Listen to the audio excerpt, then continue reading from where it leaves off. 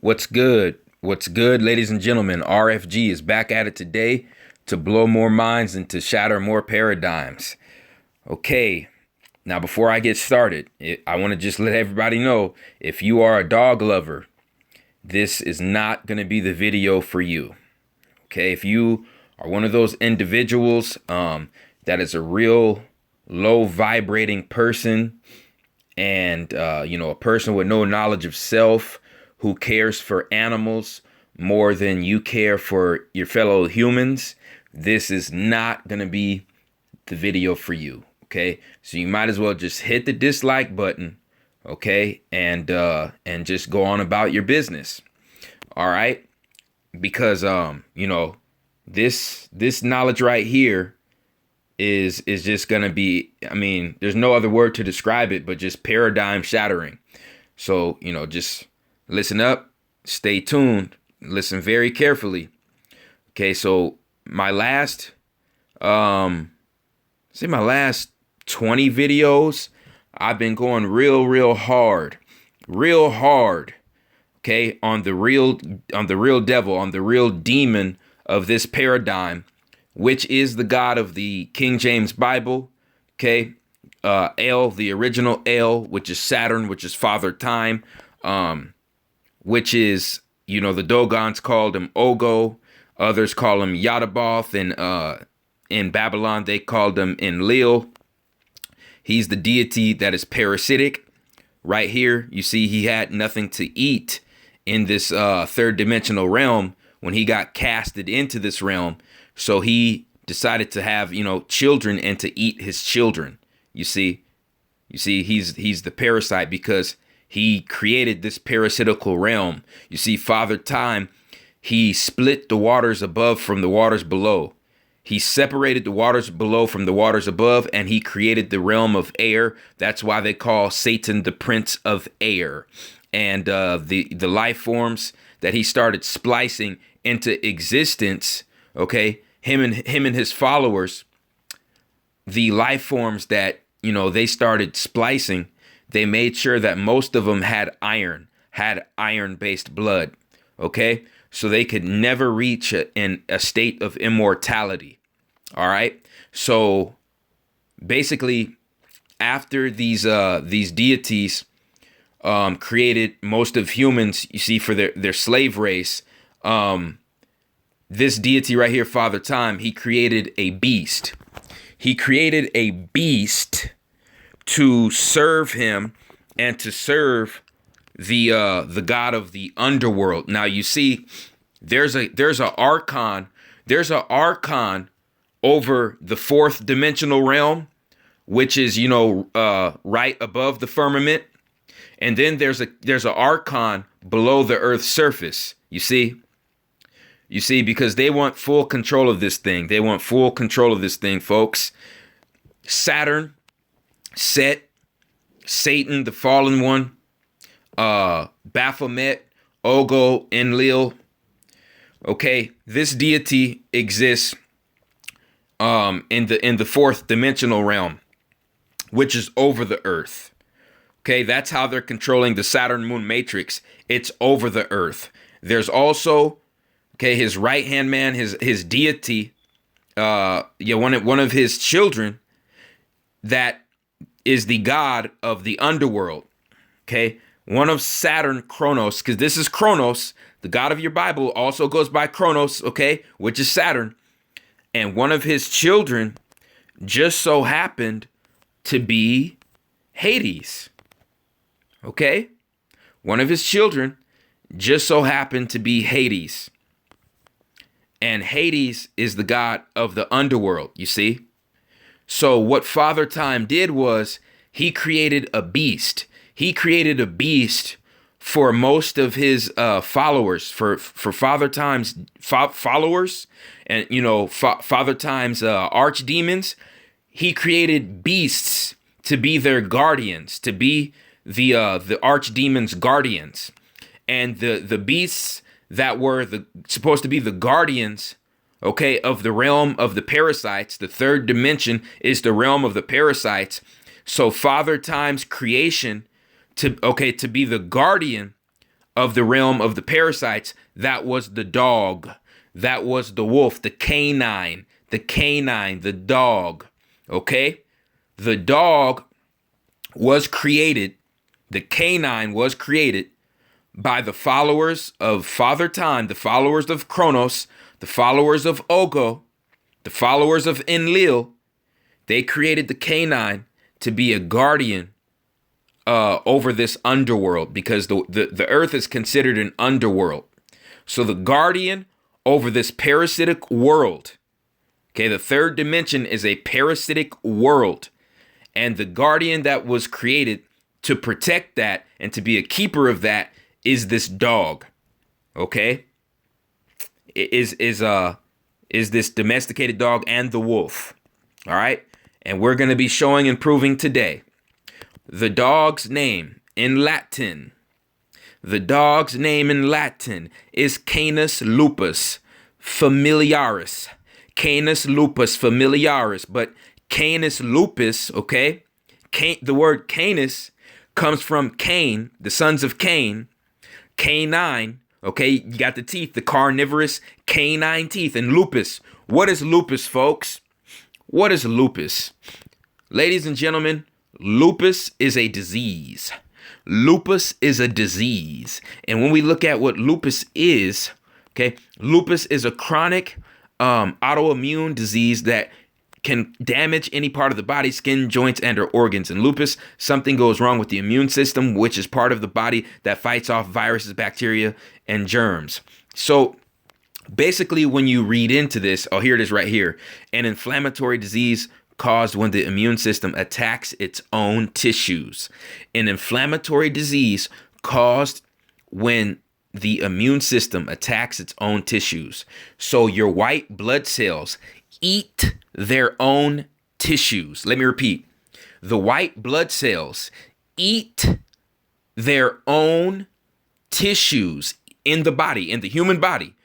Instead of protecting and helping and building up the tissues in the body, the cells now are forced to eat and consume the very body that it's living in. That is lupus. That is lupus. So basically, your white blood cells become parasitic. Lupus is when your white blood cells become parasitic. That's lupus. So didn't I call the third dimensional realm the realm of the parasites in the last 2 or 3 videos? Didn't I say that? So when you look at this dog, okay, the dog's real name is Canis lupus. So lupus means a parasite, right? Lupus means a parasite, right? So who's the guardian? So who's the guardian over this parasitical realm again? Oh, that's right. That's right. It's the dog. It's the canine. It's the motherfucking hellhound. That's what it is. And can't nobody call me crazy, because what do the wolves and the werewolves pay homage to? They pay homage to the very object that's in control of this fucking matrix. The wolves pay homage to the very astronomical object that is in control of the matrix, and the wolves pay homage to the moon, which is responsible for keeping us in our physical bodies, responsible for keeping us in the realm of the parasites. It's the moon. And the wolves, the canines, they pay homage to the moon. The canines pay homage to the moon, folks. You see? You see? The werewolves, they pay homage to the moon. Okay? They pay homage to the moon matrix, because when Father Time, when Ogo took control of that moon, he made sure that the moon casted an electromagnetic field over the earth, which stopped the souls of life forms from exiting the earth's atmosphere. Okay? Stuck. So he wanted us to be stuck in the realm of air. The moon is responsible for that. And the goddamn wolves, They howl to the moon. They pay homage to the moon. You see? You see? Goddamn Lupus. Lupus pays homage to Luna. Let me repeat. Lupus, which is the dog, which is the canine, pays homage to Luna. Lupus pays homage to Luna. You see? You see? Luna is the moon. Okay? Okay? I had to break this down. Okay? Because the moon has become an artificial object that is being used to keep the Van Allen belt powered over the earth. Okay? That's why you have games like Pac-Man. You see, where you have the moon eating the ghosts. The ghosts symbolizes the souls of life forms on the earth and how the moon harvests them and keeps them on the earth's surface. In Star Wars, you had the Death Star. The Death Star, okay, is the moon in this real world. Plain and simple. In the cartoon Dragon Ball Z, the moon turned the Saiyans into full-blown beasts, didn't it? Let me repeat. The moon, the full moon in Dragon Ball Z turned the Saiyans into these full-blown ape-like wolves. Okay? And the Moor, okay, Piccolo was dressed in Moorish attire. He had to blow the fucking moon up. He had to blow the moon up to end it all. In the Star Wars episode 6, they had to blow up the damn Death Star to end it all. Okay? But you motherfuckers still don't get it. And you think this is just a bunch of mumbo jumbo. It's a bunch of mumbo jumbo, huh? If that's the case, okay, the Greeks and the Romans made Hades and Pluto their gods of the underworld. The Greeks and the Romans made Hades and Pluto their gods of the underworld. Guess what? Hades and Pluto, they both had pets and guardians. And Hades and Pluto's pets and guardians, it was a triple-headed dog, a triple-headed hellhound by the name of Cerberus. Okay? Go do the research. The hellhounds. The hellhounds. You think that's a joke? Where do you think that the Greeks and the Romans got it from? Oh, they got it from Kemet. They got it from Kemet, folks. They got it from Egypt. Because even the Kemetic ancestors, their god of the underworld was Anubis, the god with the head of a hound. Did he have a head of a hound? Head of a jackal, which is a canine? The head of a canine, the god with the head of a canine, is the god of the underworld. Anubis, Anu, Anus, okay? At the bottom, Anubis. Okay, if your heart wasn't lighter than the feather of truth, Anubis fed your ass to Amit. Okay? Anubis, parasitical god. Okay? Okay, even our Kemetic ancestors knew that the dog was supposed to be at the bottom and was the guardian, the beast guardian of the underworld. It was the dog. It was the canine. Okay? Even our ancestors, you see what I'm saying? Knew this knowledge. Okay? You see, the mainstream Zionist owned media, what they love to do is they love to have us, they love to tarnish the only things that can save us. They love to tarnish the image of the only things that can save us with their propaganda in their movies. You see, but guess what? They tried to bash the cat and the serpent. The cat's eye and the serpent's eye is the same. The domesticated cat and the serpent have the same eye. The domesticated cat and the serpent have the same glottis in their throat. That's why they both hiss. And the cat also purrs. And if you listen closely, it sounds like Medu Neter, because when you talk about the gods from Sirius, you're talking about the serpents and the cats. You're talking about the serpents and the cats. Okay? This is why cats all over Kemet were worshipped, folks. This is why cats all over Kemet were worshipped. Their solar, the solar deity, one of the major solar deities was known as Sekhmet, okay, which was a female lion, okay? And there was also another domesticated cat that was worshipped known as Bastet, okay, the Egyptian goddess of protection, okay, and much more. Okay, it says Bastet, also known as Bast, was an ancient Egyptian goddess who originally had the role of protecting the pharaohs. The inhabitants of the lower Nile depicted Bastet as a savage, lion-headed deity. After 1000 BCE, the Egyptians altered her image to the body of a woman and the head of a domesticated cat. Along with her change in appearance, she was also transformed into a peaceful and approachable deity. Instead of Bastet protecting pharaohs, she was now a nurturer and protector of all households. Families soon began to invite cats in their homes, thinking that they brought with them the spirit of Bastet. They worshipped these cats because they also hunted mice, snakes, and other pests that ruined their crops and their perishable goods. Bastet's role as a goddess was further altered when she acquired the trait of fertility. Women would purchase pendants with Bastet and multiple kittens to enhance their fertility. You see, now, when you read something like that, and then you compare it to what the Zionists have depicted, the cat as in their movies, when you compare what you just read to how black cats are portrayed, okay, in society, in mainstream society, it's like night and day, okay?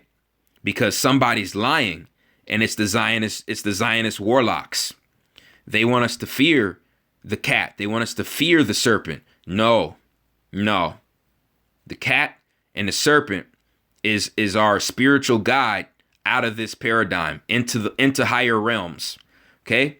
The cat and the serpent is the guardian. Okay? That helps human souls move over from a lower dimension to a higher dimension. Now, what movie depicted this? When we look at Constantine, 2005, I remember there was a scene in that movie where Constantine picked up a cat, looked into the cat's eye, and I think he was near a bathtub, if I'm not mistaken, and the cat teleported him to another dimension, a whole another realm. Okay? And I believe it teleported him to a lower realm, but that's bogus, folks. That's bogus. Okay? Because the gods from Sirius, they were serpent gods. We got to keep that in mind. They were serpent gods. And the domesticated cat, like you see right here, has the same eyes as the serpent. The same glottis in the neck as the serpent. Okay? Cats were worshipped, folks. Cats in ancient Egypt were worshipped. And if you got caught killing a cat, you were executed. Okay? Please do diligent research. And, some of the most, think about that, folks. Some of the most enlightened civilizations across the world, you know what I'm saying? They had the dog representing their god of the underworld. Think about that very carefully. Think about that very carefully, folks. Okay? Because, this is not a game. And I know there's going to be people here saying, oh, what about the Sirius star? What about the Sirius star? They call the Sirius star the dog star. Yes, that's true. They do call the Sirius star the dog star. But guess what? Guess who named it that? The Greeks named it that because the Greeks wanted their God, wanted the true God to be a dog because they were so close to the dog. And it was really the cat. It's really the cat, folks. So when you see that the Sirius star constellations are called Canis Major, the Greeks named it that, but that is a misinterpretation on the Greeks' behalf. Okay? In ancient Kemet, the Sirius star was associated with the cat. Okay? I'm gonna repeat myself. In ancient Kemet, the Sirius star was not associated with the dog. The Sirius star was associated with the cat. Okay? So, you know what I'm saying? The individuals out there with a neuromelanin count, we are people of the sun. We are people of the sun. The folks out there with no neuromelanin count, they are people of the moon. They are the people of the moon. Okay? The moon is in control of the matrix. The sun is a portal out of the matrix. Okay? It's that simple. It is that simple, folks. That's why they're trying to block out the sunlight as much as possible. Okay? And so, like I said, you know what I'm saying? You say dog is man's best friend? No. Dog is mankind's best friend. Dog is mankind's best friend. Okay? Plain and simple. Plain and simple. Your dog is named Lupus, Canis, Lupus familiaris. Okay? Canis, the sons of Cain. That's why it has a canine. And lupus is a disease, okay, where the body becomes a parasite to itself. So they called the dog Canis lupus because this dog is supposed to be the keeper and the guardian of the realm of the parasites. The dog is supposed to be the keeper and the guardian of the lower realms, the realm of the parasites. Okay? The dog represents the lower self. Plain and simple. And see, the Greeks called it familiaris. The Greeks called it familiaris because it's family to them. It's family to them. Okay? There is a portion of people out there who share a piece of the same DNA as canines. Okay? And for everybody calling this werewolf thing pseudo, oh man, I say you might as well just pack it up and just go home, because there is a condition. Well, they call it a quote unquote condition, but that's bullshit. It all goes back to genetic splicing. It's called hypertrichosis. Hypertrichosis. Okay, and it's when these people here, you see, like yourself, or you see right here, you see, these people are born with hair all over their bodies. You see, everywhere. And if you look closely, that's not even human hair. If you look closely at the hair doesn't even spiral. It comes down like fur. So that's not even hair growing out of the person. That's fur growing out of the person. You see? Now, mainstream science will call that genetic defect. You see? A genetic defect, that's bullshit. It all goes back to genetic splicing. You see? So when they say, werewolves don't exist, that's bullshit, folks. Everything they wanted us to think it was a hoax is actually real reality. Everything they wanted us to think was reality is fake. Is bullshit. I'm just gonna put it to you like that. Okay? So, like I said, once again, I'm out here shattering paradigms, completely shattering paradigms. You know what I'm saying? One at a time. But that's really all I had to say on this topic. I appreciate everyone who supports RFG and Atlantean movement. Please like, share, and subscribe. It's the chosen one, man. I'm out.